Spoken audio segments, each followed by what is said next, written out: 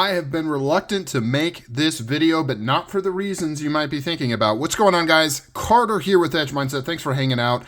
Like, comment, subscribe, all that stuff. It helps me very, very much. This is the Jeff Vandermeulen Double Hommicide. Now, I've received a lot of videos wanting me to talk about this knife. I've featured it in a couple shorts, and it's gotten quite a bit of attention. People want to hear about this knife. What is my opinion of it? Who made it? How do I get it?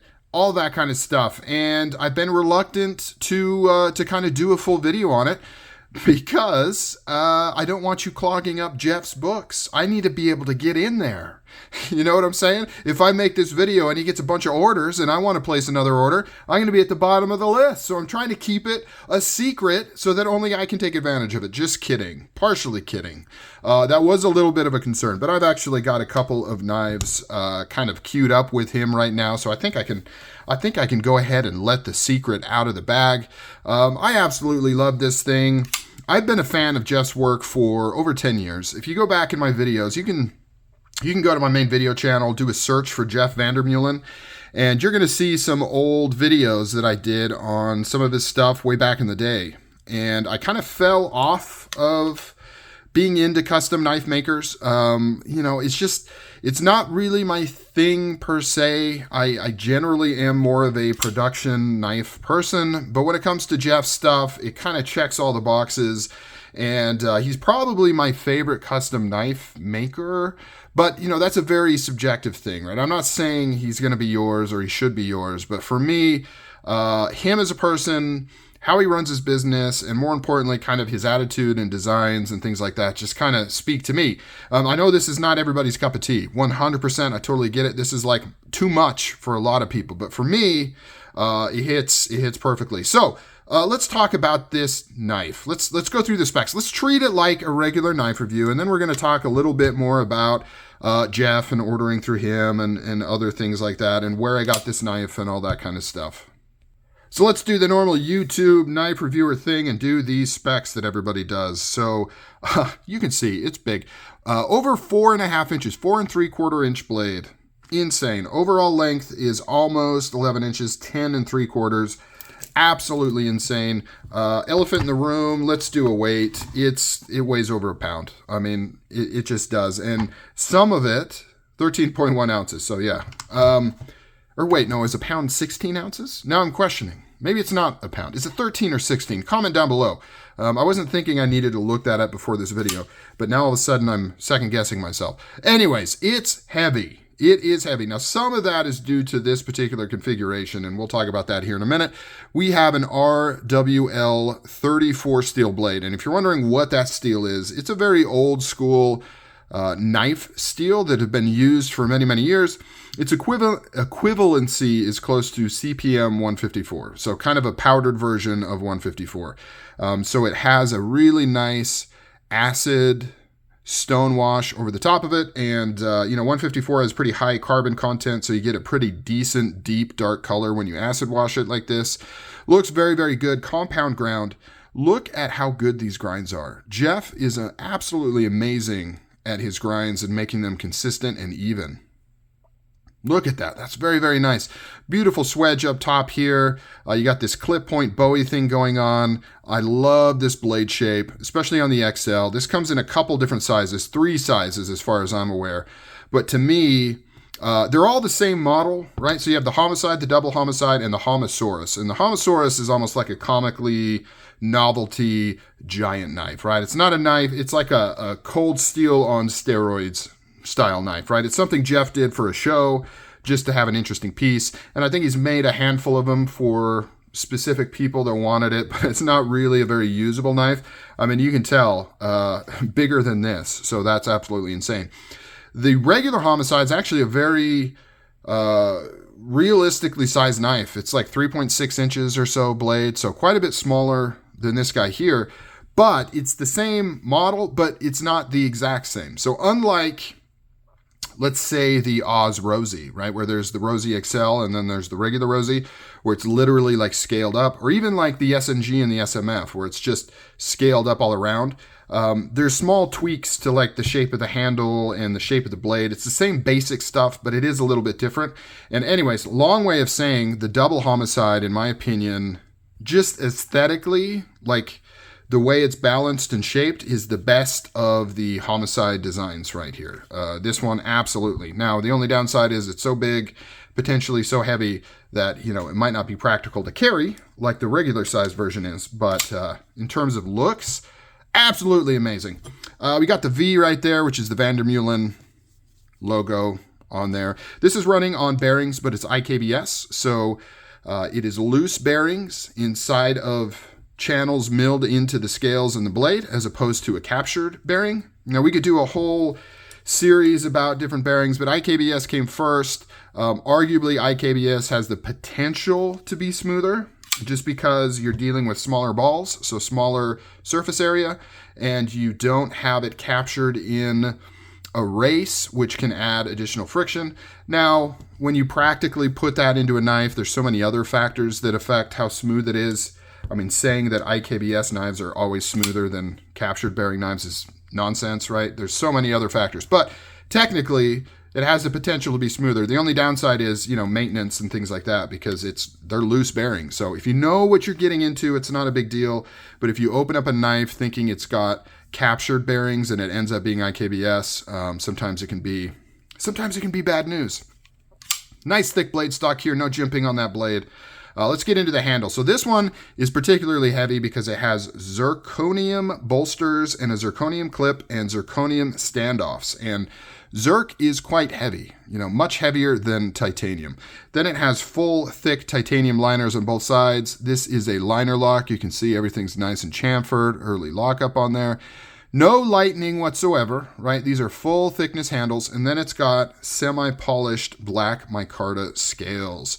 I did a short on here and somebody was making fun of the screws, thinking they were like a T5 or something. These are actually T8.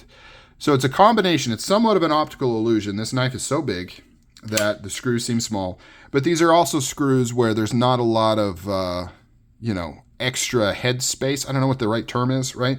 The screw hole takes up almost the full head of the screw. So that's the reason, but these are T8s. So if you're worried about that, don't be worried. Let me backtrack a little, right? Let's do some comparisons. So here it is next to a Genesis, a Medford Genesis. You can see absolutely dwarfs it. In fact, you know, almost like as big as the handle, right? Is about the size there.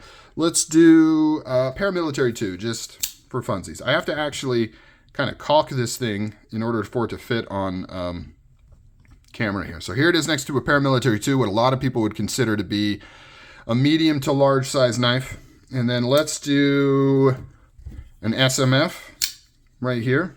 There it is compared to an SMF, 4-inch blade on the SMF. Yeah, I mean, it just absolutely dwarfs it. And then now let's do an XL, right? A Strider XL.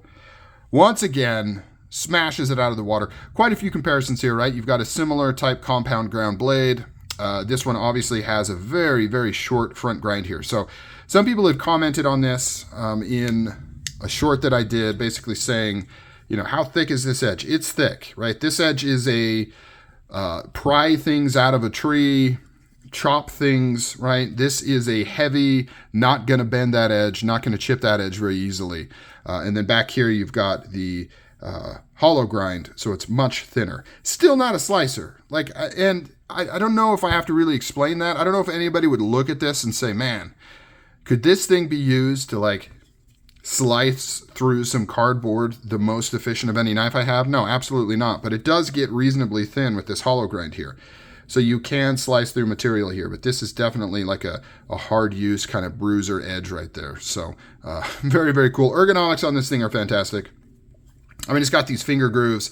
Feels so good in the frickin' hand, man. This thing is amazing. You've got this oversized, insane 3D milled, or yeah, 3D milled pocket clip. I almost said titanium.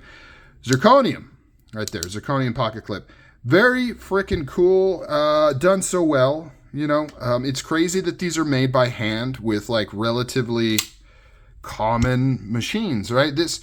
So this is not a knife that's done by like CNC and programming and machines like that, right? This is all still done by hand. You know, he cuts out these blanks by hand, and then he staples everything together, and he builds the knife, and then he does all the contouring on it by hand. Like, his knives are done that old school by hand way, and it's crazy. I don't know. I appreciate it. I think it's really cool to think that it's a dude in a shop. Like, if you walked into his knife shop, you might not even know it's possible to make knives in that area. You might think like, oh yeah, this is just where he tinkers around and maybe fixes some things, and you know, he's got a bandsaw. Like, you're gonna recognize all of those tools. None of those tools you're gonna be like, whoa, what is that? Like, I don't even know. Oh wow, okay, that's crazy. It's all normal stuff. It's all stuff you would see in like any sort of metalworking shop ever, and yet he makes these really, really amazing precise knives on bearings, like done so well. And I don't know if you can hear it. This knife will have a ting sometimes. It sounds so good when this thing tings, when you open up this massive blade and it frickin' tings on you. Oh, it's so good. So good. All right, so Jeff Vandermeulen, man, he's been around for a long time. If you go to my videos and do a search on his name, you're going to see some stuff I did like 12 years ago, maybe. I had 2 or 3 of his models back then. I really liked his aesthetic. He's an interesting maker. And I might be alone in this opinion. So we're headed into like weird Jeff Vandermeulen opinion territory. This may not apply to you. I may be completely off base. Maybe I'm misinterpreting, or, you know, a lot of the times things I notice are not things that other people notice. Oh, before I forget, you may notice some marks here. I didn't get this new from him. This was not an order I put in. I bought this on the secondary market for a really, really insane price. It came with some rust on the blade. I cleaned all that off. It cleaned up super nice. But this is not indicative of like a brand new knife. This thing has been carried. It's been used. I don't think it's been used a lot, but it's definitely been carried. So it does have some marks on the zirconium here. And like I said, it had rust on the blade. I cleaned all that off. So just in case I forgot to touch on it, and you notice some marks, don't think like if you order from Jeff, it's going to come marked up or anything like that. So if you go back to my videos, you can see a lot of videos I did on his stuff way back. So, oh yeah, we're talking about Jeff Vandermeulen opinion. So he has a very like artsy style, right? Like very eccentric kind of like organic, flowy, modern, almost reminds me of like H.R. Giger, you know, the guy that did all the alien designs, like in a certain kind of way. Like, he has a very kind of upscale knife designery look to it, especially if you get into like his, what's it called? The intro and the Barely Legal. Is it the intro? Some of his older-ish models before he did like the homicides and stuff like that, especially those ones, they're very sleek and modern looking. But Jeff as a person is a very blue collar guy. Like, so he takes these knives that look very upscale designed, and he processes deer with them. And the people that buy his knives do those kinds of things. So it's like, it's a cool thing where you may think like, oh, this is like kind of uppity knife type design. Maybe not this design, but some of his other ones, you know, kind of like, that's not for me. That's a little too fancy, right? But the reality is like him and most of the people that buy and use his knives are not what you would call fancy people, right? They're using the knives out in the field. And his knives are very, you know, for a custom knife, very well priced. You know, and of course that's relative, right? Like when you start talking about knives that cost over $1,000 or around $1,000, I get that that's not a normal thing that normal people buy. But I'm just saying relative to other custom knife makers, especially ones that have been around and as prolific as Jeff, it's crazy that you can get his stuff like that. His books also tend to be on the lighter side. They're usually open, and they're usually, you know, you can go through times where you can place an order with him and he's immediately working on your knife. A lot of custom knife makers are 1, 2, 3 years out, right? If their books are even open, you are years away from getting that knife. And it's going to cost you a lot, right? Whereas Jeff has very reasonable prices considering, and probably the coolest thing about Jeff for now, and maybe this video will help him kind of blow up, and maybe he'll kind of double in size, and that always changes people. But for now, he's super personable, super friendly. He'll send you pictures. He'll work with you on the knife design. Like, his designs are his designs, right? So he's not a custom knife maker in that you can send him drawings and he'll make that for you. Like, he has his models, but in terms of finishes, materials, you can help drive what all of that looks like. Now, he may have certain preferences at any given time. Like, maybe he's got a bunch of Magna Cut on hand, so he's going to kind of try to say, can we use Magna Cut? Because that's what I have.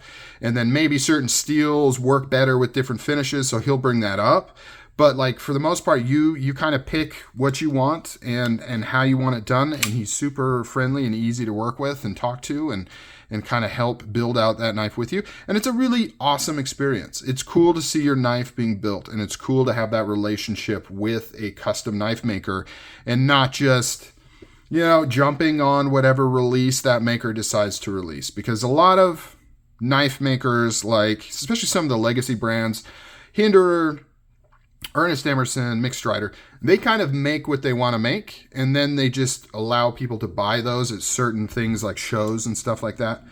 You can't actually, like, a regular person can't call up Ernest and put in an order. I'm sure he's got his special friends group that you can do that with, but for the most part, like the regular public, you can't just put in an order. Same with a lot of those knife makers.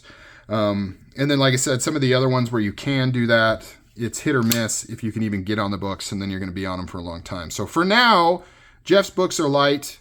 You can get in, you can place an order if you want. That can change. In terms of pricing, like I said, very reasonable compared to other makers. I'm not going to give specific prices because that's not my right. That's not my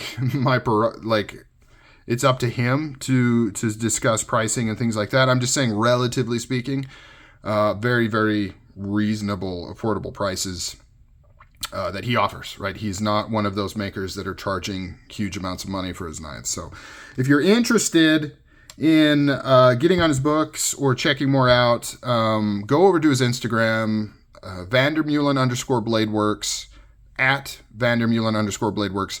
He's got his cell phone number. As of right now, he's got his cell phone number in his description. So, and that's how he prefers you to talk to him. Like, text him. Give me a text. Talk to me. See if you want to get on the books. See if you want to order something. Who knows? That may change. If he gets a bunch of orders coming in, he may have to remove that number. He may be getting spammed. But for now, check him out. Jeff Vandermeulen. Awesome dude. Love his designs. Great guy. Yeah. Let me know. What do you think of this knife? Talk to you later.